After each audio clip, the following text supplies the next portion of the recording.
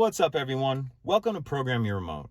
Today we're going to be looking at a Toyota and Lexus programming procedure that works on many different vehicles. If you're unsure what procedure your vehicle takes, you can visit our website, programyourremote.com.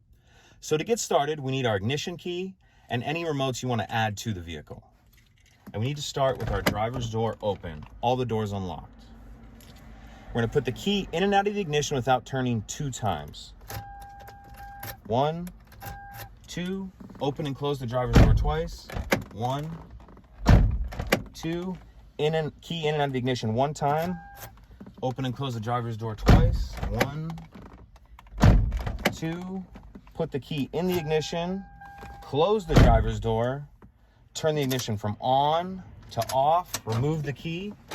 The door lock cycled, indicating the vehicle is now in programming mode. So we'll grab our remote and hold down the lock and unlock button at the same time and continue to hold them down for about 1.5 seconds. 1, release, now just press the lock button. The door lock cycled, indicating this remote successfully been programmed. If you have any additional remotes to add, you'll repeat the previous step for each remote, holding down the lock and unlock button for about 1.5 seconds and then just pressing the lock button. Once you're done adding remotes, we can open the driver's door to exit programming mode. And now let's test the remote. That's a working remote. Thanks for watching, everyone.